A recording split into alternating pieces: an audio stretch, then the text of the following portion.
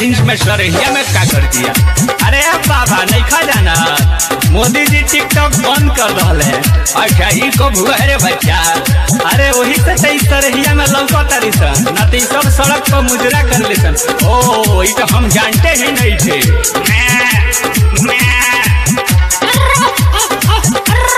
अरे बाबू तनी एक डिटेल हमरो के बता।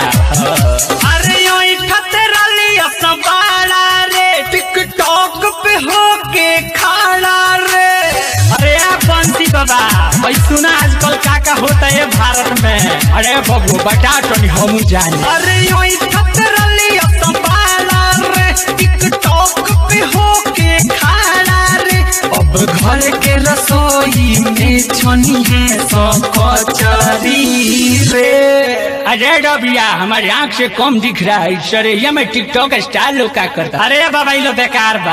अरे पुजुआ बेचातिया बकरी रे, मुस्कान मचरावतिया बकरी रे। अरे पुजुआ बेचातिया बकरी रे, मुस्कान मचरावतिया बकरी रे। मुस्कान मचरावतिया बकरी रे।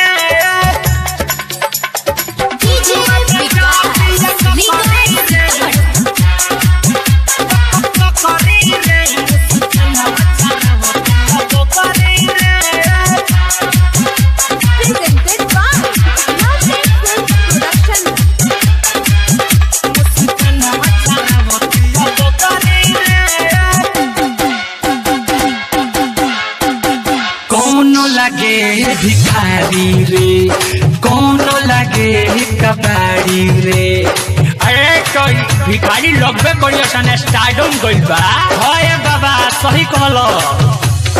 कौनो लगे भिखारी रे, कौनो लगे कबाड़ी रे। जब से बंद भइल टिकटॉक कौनो बेचे हाड़ी रे। अरे बात हम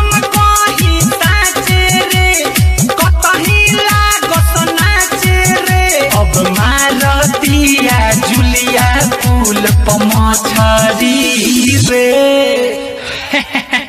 तो अच्छा न है बच्चा, तुम्हारे एरिया में नया मछुआरा आ गया। हो ये बाबा सही कहता रह। अरे पुजुआ बेचातिया बकरी रे, मुस्कान मचरावतिया बकरी रे।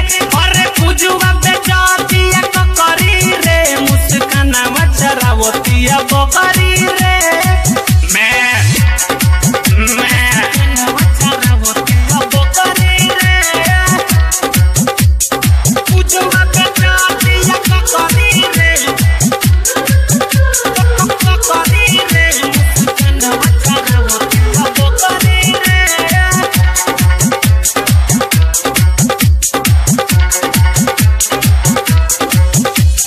गुजरा रोड पकड़ी हस, लाइक खातिर मरी हसन। हाँ सही बात है, मोदी जी सही किए हैं टिकटॉक बंद करके मुजरा होता था स्टाइल।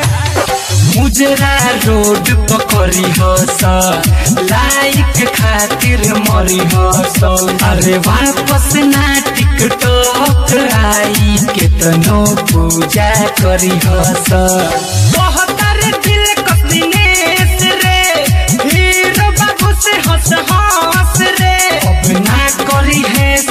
अपने में पकड़ा पकड़ी रे।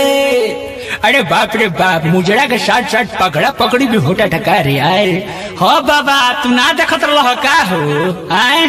अरे पुजुआ बेचातिया बकरी रे, मुस्कान मचरावतिया बकरी रे। अरे पुजुआ बेचातिया बकरी रे, मुस्कान मचरावतिया बकरी रे। अरे टिकटॉक पे होके खाना रे। अब घर के रसोई में छनी है कचरी रे। अरे डबिया हमारे आँख से कम दिख रहा है सर, ये मैं टिकटॉक स्टाइल लोग क्या करता। अरे बाबा ये लो बेकार बा। अरे पुजुआ बेचातिया बकरी रे, मुस्कान मचरावतिया बकरी रे। अरे पुजुआ बेचातिया बकरी रे, मुस्कान मचरावतिया बकरी।